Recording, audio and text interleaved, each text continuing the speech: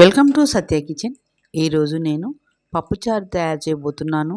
వేడివేడి అన్నంలో ఈ పప్పుచారు వేసుకుని తింటే ఆహా, రుచి అద్భుతంగా ఉంటుంది.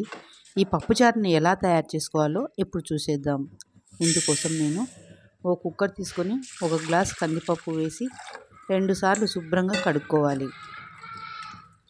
కడుక్కున్న తర్వాత డ్రింకింగ్ వాటర్ వేసి ఎసురు పోసుకోవాలి. ఇక్కడ ఒక గ్లాస్ నేను ఎసురు పోసుకుంటున్నాను. అలాగే కొద్దిగా పసుపు వేసి మూత పెట్టి ఒక 3 విజిల్స్ రానివ్వాలి.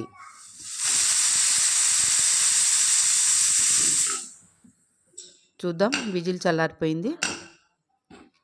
చూడండి, కందిపప్పు బాగా మెత్తగా ఉడికిపోయింది. ఇప్పుడు మనము ఈ కందిపప్పుని బాగా ఎనుపుకోవాలి. పప్పు గుత్తి తీసుకొని ఈ విధంగా మెత్తగా స్మాష్ చేసుకోవాలి. ఫ్రెండ్స్, మొదటిసారి నా ఛానల్ చూస్తున్నట్లయితే ప్లీజ్ సబ్స్క్రైబ్ చేసుకోండి. పప్పు బాగా మెత్తగా ఎనుపుకున్నాం కదండి. ఇప్పుడు మనము చింతపండు, నేను కొద్దిగా ఉసిరికాయంత చింతపండు నానబెట్టుకున్నాను. చింత రసాన్ని వేసుకోవాలి. మీరు మీ పులుపు తగ్గట్టు చింతరసం వేసుకోండి. అలాగే కొద్దిగా వాటర్ కూడా వేసుకుంటున్నాను. చూడండి, పప్పుచారు ఈ కన్సిస్టెన్సీ ఉండే విధంగా కలుపుకోవాలి. ఇప్పుడు ములక్కాయలని ఈ విధంగా పీల్ చేసుకొని వేసుకుంటున్నాను. స్కిన్ అంతా కూడా ఈ విధంగా తీసి వేసుకోవాలి. అలాగే ఆనియన్ ముక్కలు, 2 టమాటాలను ముక్కలుగా కట్ చేసి వేసుకుంటున్నాను. నేను ఇక్కడ పెద్ద సైజు కట్ చేసి వేసుకుంటున్నానండి.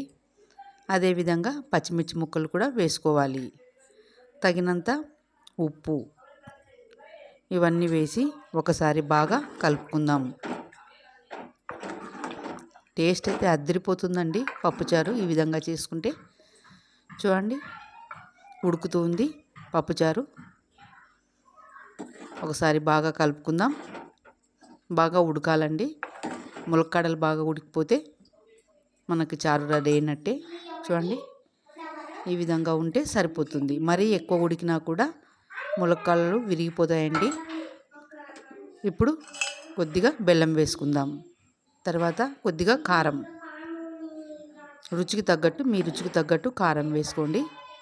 ఒకసారి అంతా కూడా బాగా కలుపుకుందాము. 1 నిమిషం పాటు ఉడికించుకుందాము.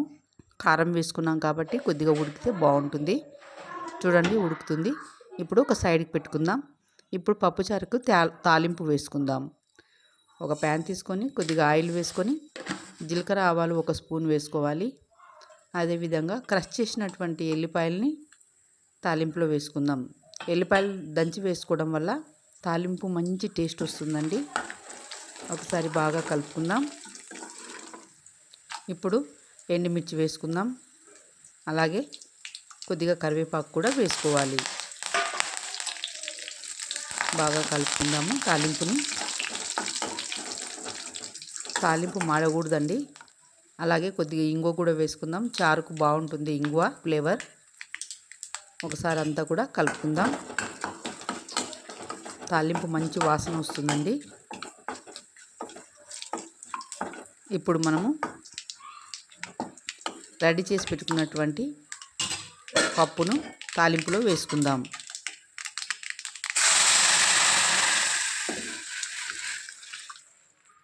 ఒకసారి అంతా కూడా బాగా కలుపుకోవాలి. చాలా చాలా టేస్ట్గా ఉంటుందండి. పాతకాలం వంటలే చాలా బాగుంటాయి. కొద్దిగా కొత్తిమీర వేసుకొని 1 నిమిషం పాటు ఉడికించుకుందాం. ఎక్కువ ఉడకకూడదండి. జస్ట్ కొద్దిగా ఉడికితే మనకి చారు బాగుంటుంది. చూడండి, ఉడుకుతుంది. చాలు ఈ మాత్రము. స్టవ్ ఆఫ్ చేసుకుందాం. మీకు ఈ రెసిపీ నచ్చినట్లయితే లైక్ చేయండి, షేర్ చేయండి. మీకు ఎలా కుదిరిందో కామెంట్ చేయండి. అలాగే ఫ్రెండ్స్కి, రిలేటివ్స్కి కూడా షేర్ చేయండి. Please subscribe. Thank you for watching.